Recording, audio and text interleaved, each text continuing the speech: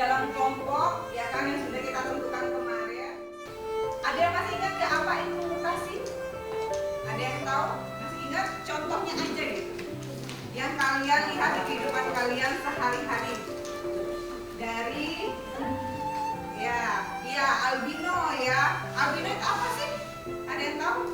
Ciri-ciri albino itu apa? Putih semua ya, dari rambutnya pirang gitu ya, dan alusnya juga benar betul gitu ya. Itu salah satu manusia ataupun makhluk hidup yang terkena albino. Kira-kira selain manusia ada makhluk lain ya yang bisa kena albino?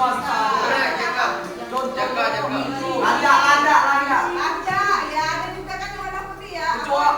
Kelinci. Benar. Berarti pengalaman kalian mengenai albino sudah banyak ya. Tidak hanya di manusia saja, ternyata di makhluk lain juga kalian ketahui ada yang kena albino. Berarti yang terkena mutasi bukan hanya di manusia saja, tapi juga di makhluk lain, hewan-hewan ya. Hewan. Kira-kira tumbuhan? Oh, ada jagung. Oh iya, jagung kemarin ya, benar. Jagung kemarin kan ya kan ada yang albino ya, karena porsilangan. Aku masih ingat aja kita. Hebat ya.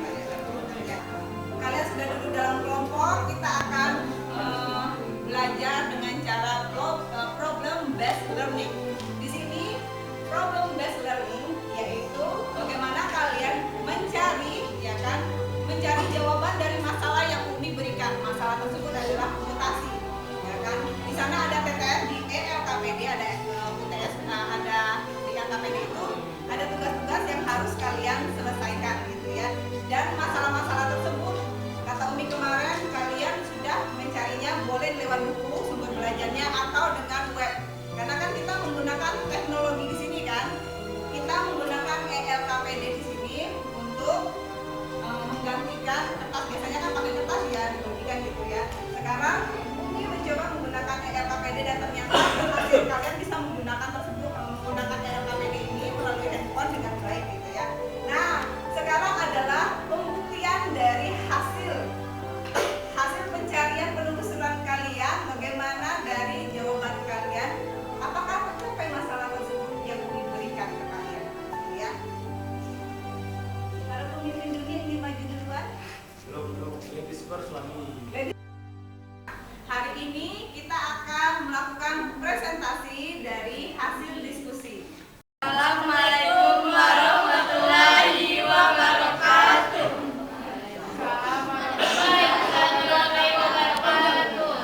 Selamat pagi teman-teman. Perkenalkan, nama saya Novita Dita Fitri. Saya dari kelompok A. Nah, di sini saya sebagai moderator ingin membuka acara. Dan di sini ada teman saya, Dian Habibah, Imes, Febri, Yuni Salva, Enji, dan Widya. Nah, di sini Yuni Salva adalah pemateri dari pagi hari ini. Bahasa nitrogen. Dilihat dari awalnya dapat berlangsung dari beberapa bulan hingga bertahun-tahun. Jadi kalau kita tengok ini akan berpindah ke sini. Ini ke sini. Jadi kalau kita simpulkan, translokasi adalah perpindahan segmen atau cross DNA dari satu kromosom ke kromosom yang lainnya. Baik, dari hasil diskusi kita hari ini kita dapat menyimpulkan bahwa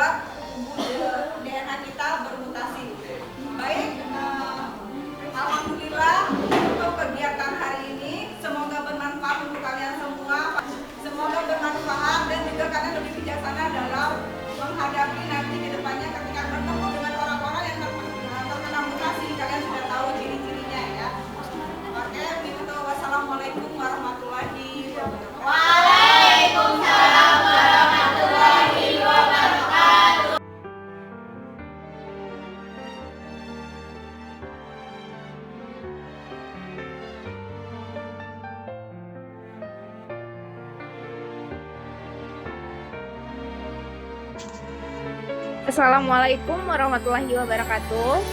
Waalaikumsalam warahmatullahi wabarakatuh. Selamat malam teman-teman semuanya. Malam. Apa kabar? Alhamdulillah. Alhamdulillah baik. Baiklah, kegiatan kita pada malam ini adalah menampilkan pameran-pameran mengenai praktik pembelajaran yang sudah kita lakukan di sekolah masing-masing. Sebelum itu, mari kita perkenalkan diri kita masing-masing mengenai nama dan tempat sekolah kita melaksanakan praktik pembelajaran. Dimulai dari saya. Perkenalkan, nama saya Melani, saya jurusan kimia, saya praktik mengajar di SMA 9 Kota Bengkulu. Selanjutnya kepada teman saya, Mbak Popi. Hai, nama saya Popi Antikasari. Saya dari jurusan biologi. Saya di sini mengajar di sekolah SMA Negeri 9 Kota Bengkulu, khususnya di 12 MIPA 2. Selanjutnya. Halo, nama saya Ridanti Husnia, jurusan saya kimia. Saya sekarang juga praktik PPL di SMA Negeri 9 Kota Bengkulu.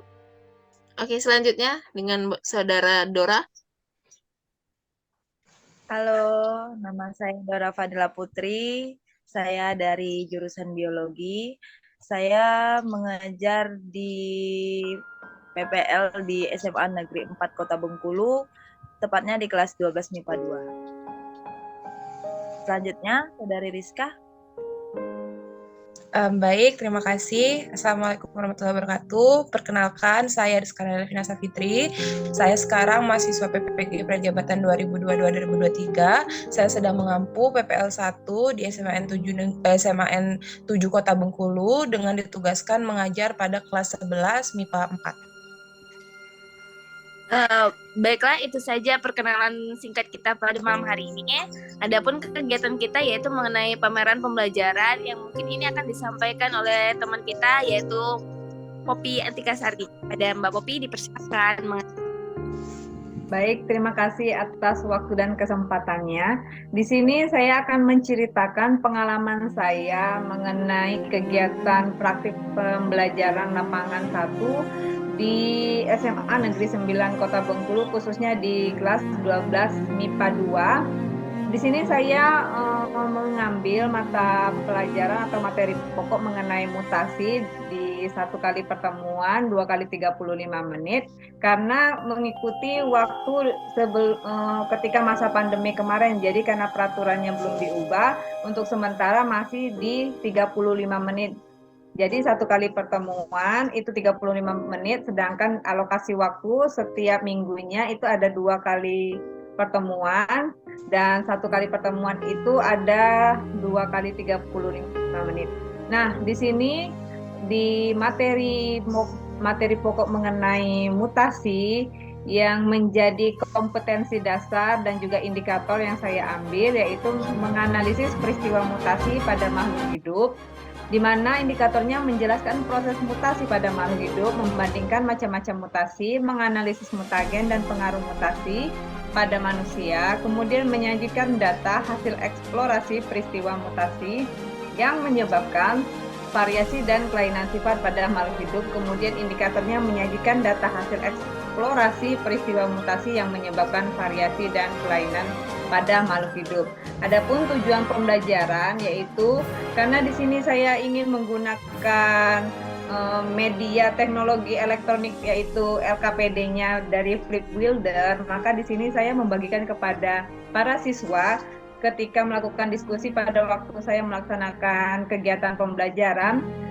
Karena siswa di SMA 9 di kelas 12 MIPA 2 khususnya semua siswa yang ada di sana rata-rata sudah memiliki handphone dan juga membawa handphone masing-masing. Sehingga saya berinisiatif untuk menggunakan handphone tersebut sebagai salah satu media belajar mereka, terutama karena kita ini fokus pada paradigma baru yaitu mengenai pembelajaran yang berpusat pada murid, apalagi di teknologi. Di abad 21 ini saya berinisiatif menggunakan ELKPD Flipbuilder. Jadi LKPD-nya ini saya bagikan kepada siswa. Selain LKPD yang saya bagikan kepada siswa melalui WhatsApp, grup WhatsApp di jejaring sosial, di chat mereka bagikan.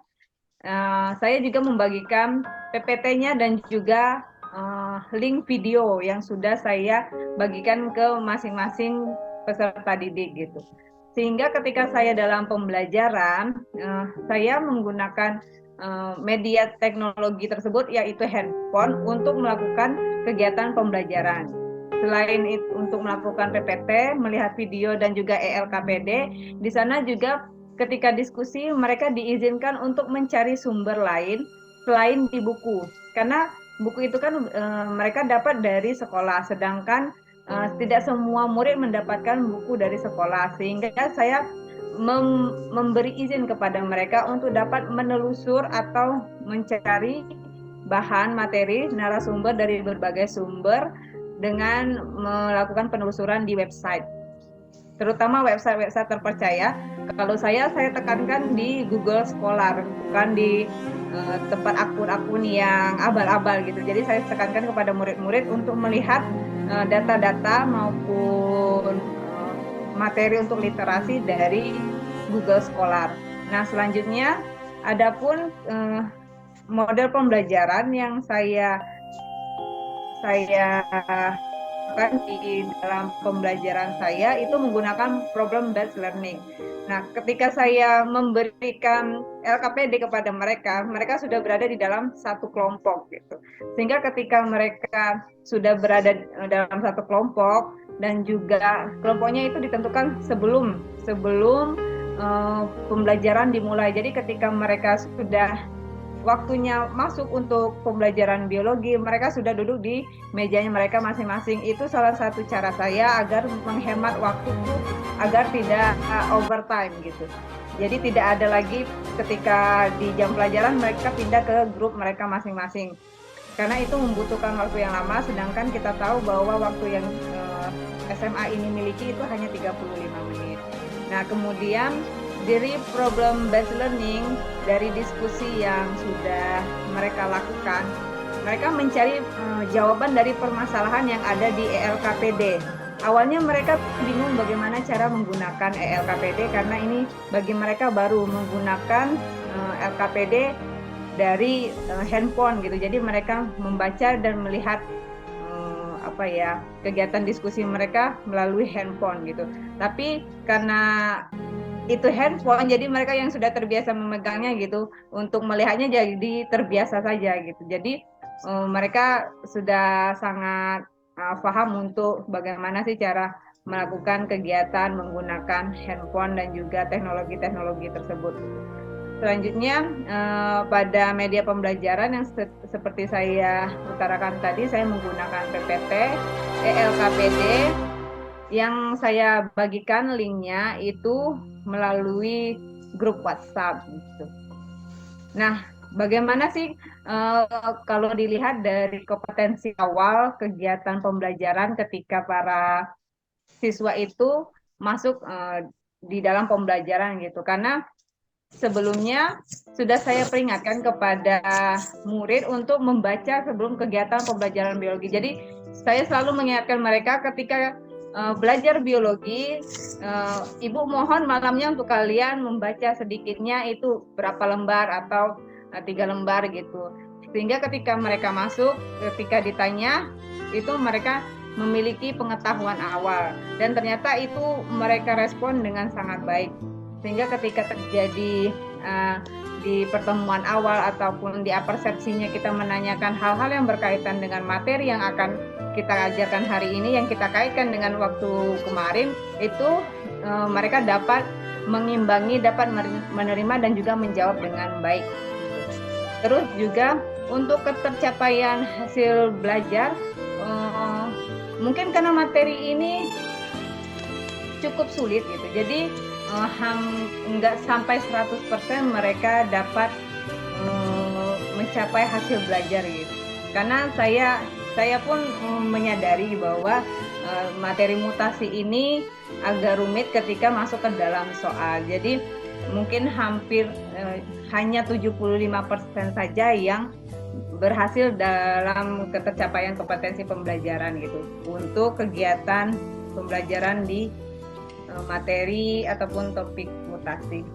Mungkin itu saja sih yang dapat saya ceritakan pengalaman saya mengenai kegiatan pembelajaran di SMA Negeri 9 Kota Bengkulu.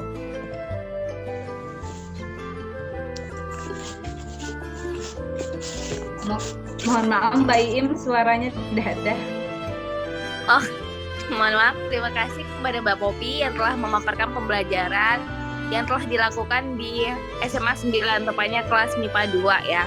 Nah, berhubung ini pembelajaran biologi, ada nggak dari teman-teman sekolah lain yang ingin menanggapi dari proses pembelajaran Mbak Popi atau juga berbagi cerita mengenai pengalaman pembelajaran yang telah dilakukan di sekolahnya?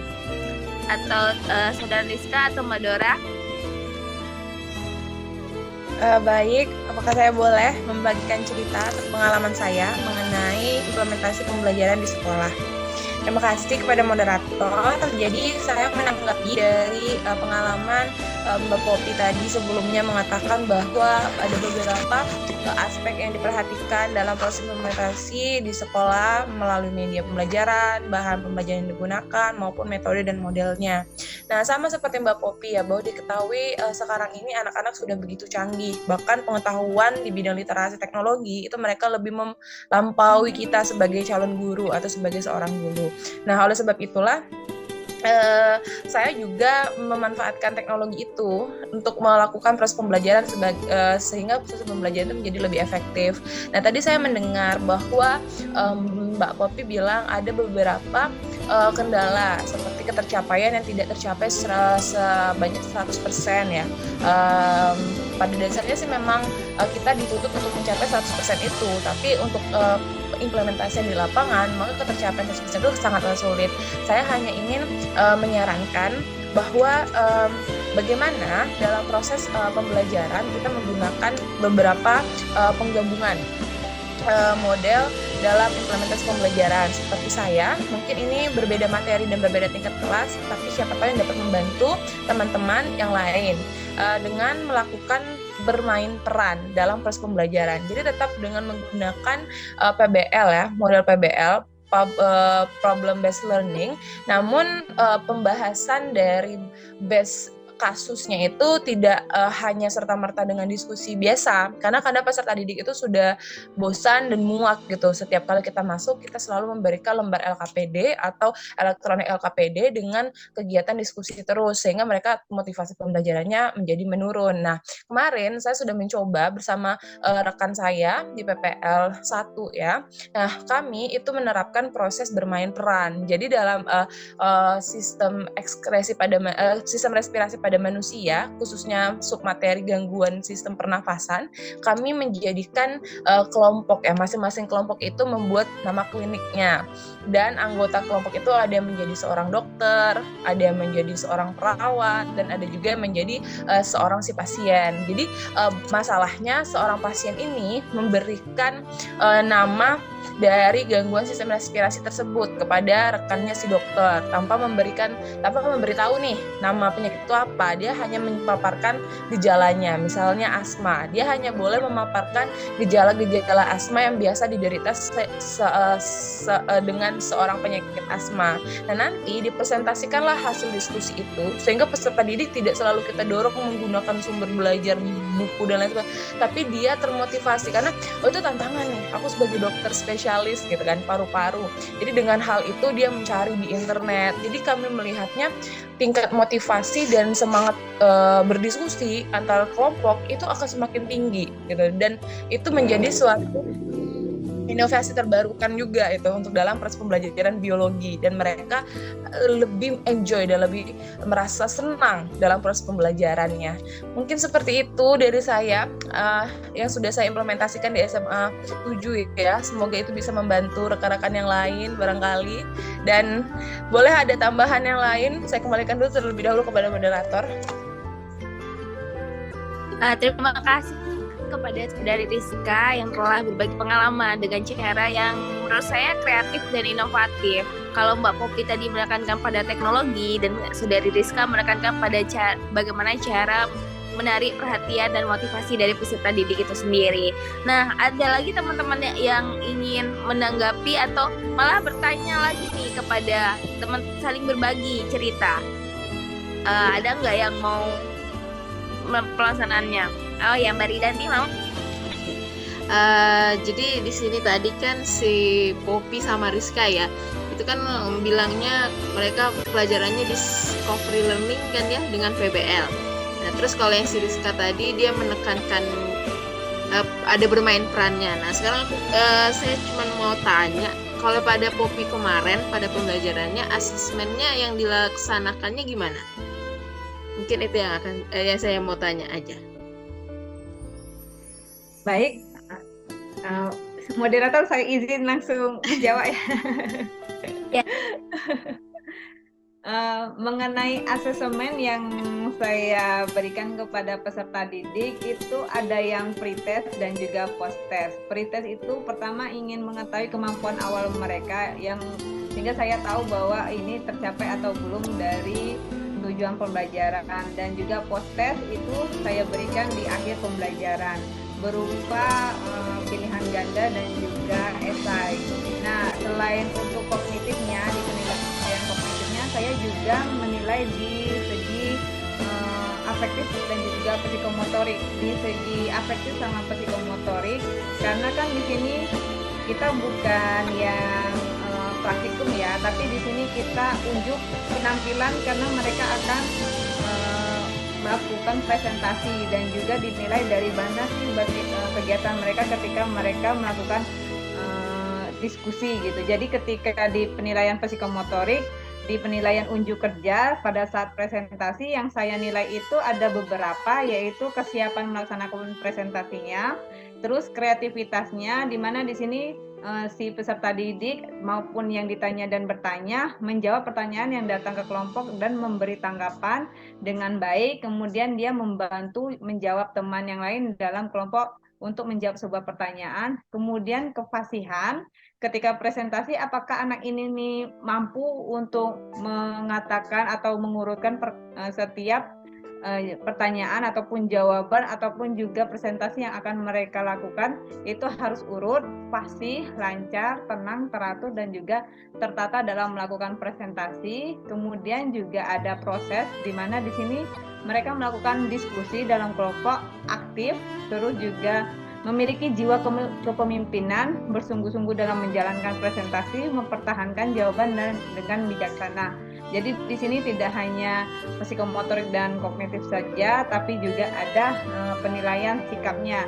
Bagaimana sih kegiatan mereka ketika mereka bekerja sama? Apakah dia mampu bekerja sama?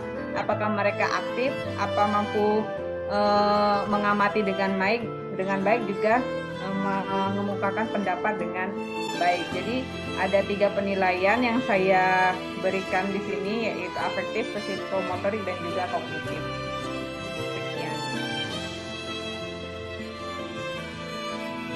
Gimana Mbak Ridanti? Apa sudah jelas dari pemaparan ini?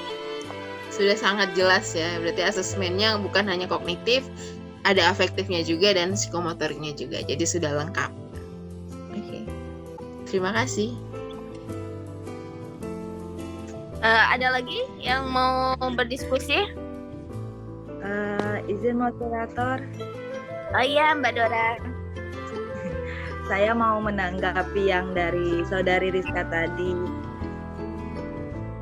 Makasih ya Kak atas informasinya. Soalnya selama ini saya menjalankan yang praktik PPL itu tuh metodenya masih metode PBL, masih sebatas memang memanfaatkan teknologi tapi hanya sebatas LKPD, sebatas memberikan kayak video kayak gitu, tapi intinya itu hanya diskusi kayak gitu. Kalau yang Rizka tadi kan udah sampai bermain peran, jadi kan saya berarti semester kedua ini atau PPL 2 ini berarti bisa saya gunakan juga untuk yang bermain peran, karena selama ini fokus saya cuma hanya di batas diskusi LKPD atau diskusi misalnya kayak ngambil, pernah saya terapin juga kayak nggak pakai LKPD tapi kayak pakai undian kayak gitu. Nah tapi metodenya itu namanya masih tetap diskusi kan, gitu, tapi nggak kayak yang kayak Rizka tadi. Mungkin nanti bisa saya manfaatkan dan bisa saya terapkan nanti di PPL kedua. Makasih ya Kak. Ya, jadi saya juga tertarik gitu mengenai PBL. Tapi saya ingin PBL dengan bermain peran. Tapi yang ingin saya tanyakan juga nih mengenai dari Rizka, nyambung dari punya Mbak Dora. Apakah pada saat bermain peran itu dilakukan juga asesmen atau sekedar membuat apa motivasi di awal atau bagaimana? Ya, terima kasih teman-teman atas apresiasinya, sangat luar biasa.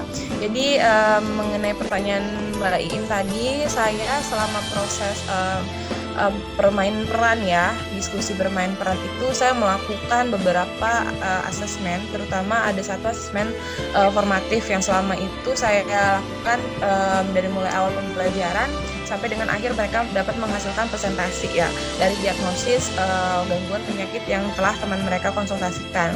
Jadi yang saya lihat di situ dengan melakukan metode observasi. Di situ metode observasinya saya langsung melihat aspek yang diamati dari mulai bagaimana kemampuan peserta didik saya dalam menjelaskan, kemudian bagaimana kemampuan peserta didik saya dalam menganalisis gangguan sistem respirasi yang dia terima dari gejala-gejala yang peserta didik lainnya berikan kepada beliau, kemudian bagaimana kemampuan peserta didik saya ini merinci struktur organ yang mengalami gangguan penyusunan berdasarkan media pembelajaran yang sudah mereka terima, atau mereka mencari literasi baru atau sumber-sumber baru mengenai perincian atas kinerja yang mereka lakukan untuk mendeteksi nih sebenarnya ini nama penyakitnya apa.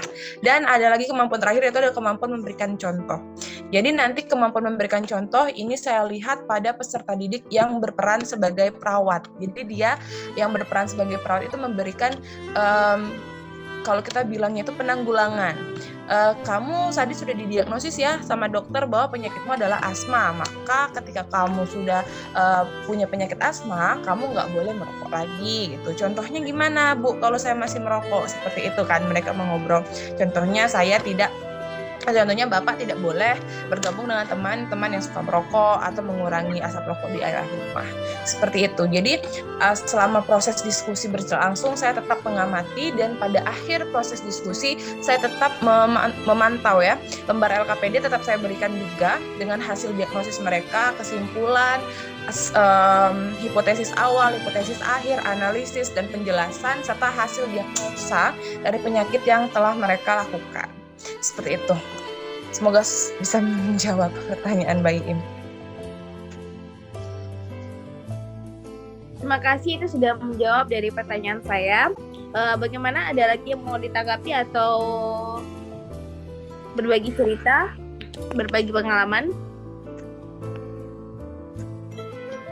Rasanya cukup ya. Cukup ya.